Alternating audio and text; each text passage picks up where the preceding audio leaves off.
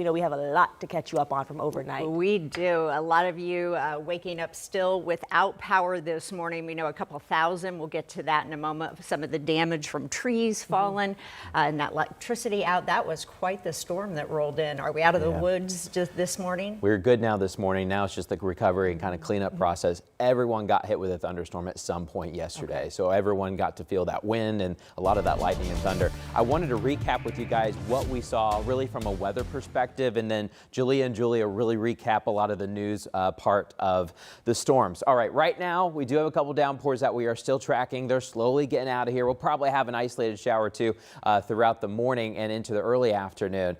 But this shows you all the storm reports that we had over the past 24 hours. It's been a lot.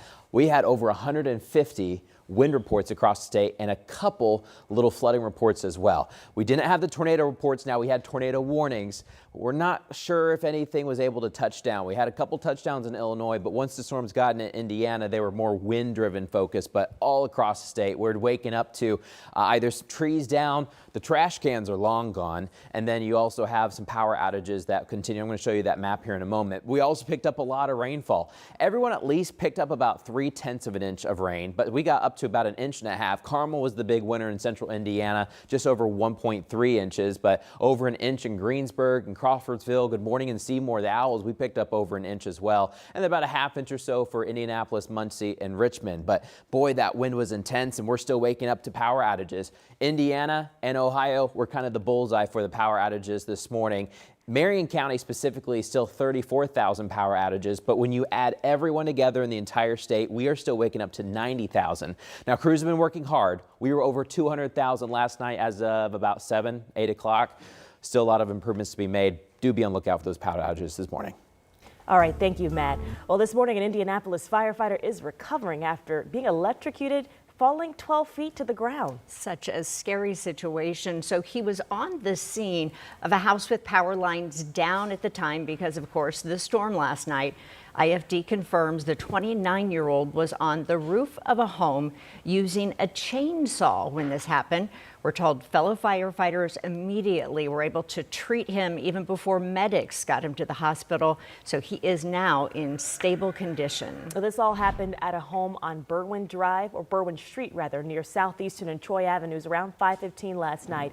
When crews arrived, they found a limb on fire up against the house and power lines across the garage. And take a look at this. This may look like a spaceship, but that's not the case. Our meteorologist Sean Ash says radome from a defunct radar at the old Raytheon site was actually knocked off of the building during this storm. This was near 21st and Arlington here in Indianapolis. Yeah, it makes a good photo op. Why not get out there? A lot of people did after the storm passed. So they were obviously surprised that it didn't hit anything. I thought, sure, if it came from over there, it had to be high enough to go over the houses and then just boom, because that's what it sounded. That loud sound sounded like a big, I don't know, like a bomb almost, but I thought it was thunder. And like I said, the wind was blowing, the rain was pouring down. So let's take another look at that outage map that Matt was showing us this morning. At around midnight, nearly 53,000 customers were without power. Now that number is a little more than 36,000. So crews have been hard at work. If your power is still not back on, you can call AES to make sure it's been reported so they can come out and try and get that fixed as soon as possible. As always, when severe storms hit central Indiana, we keep you up to date with our extended weather coverage on WTHR+. You can also find the live Doppler 13 radar there and check in with our weather team. They will be with you until the storms pass. All you have to do is just download the free app.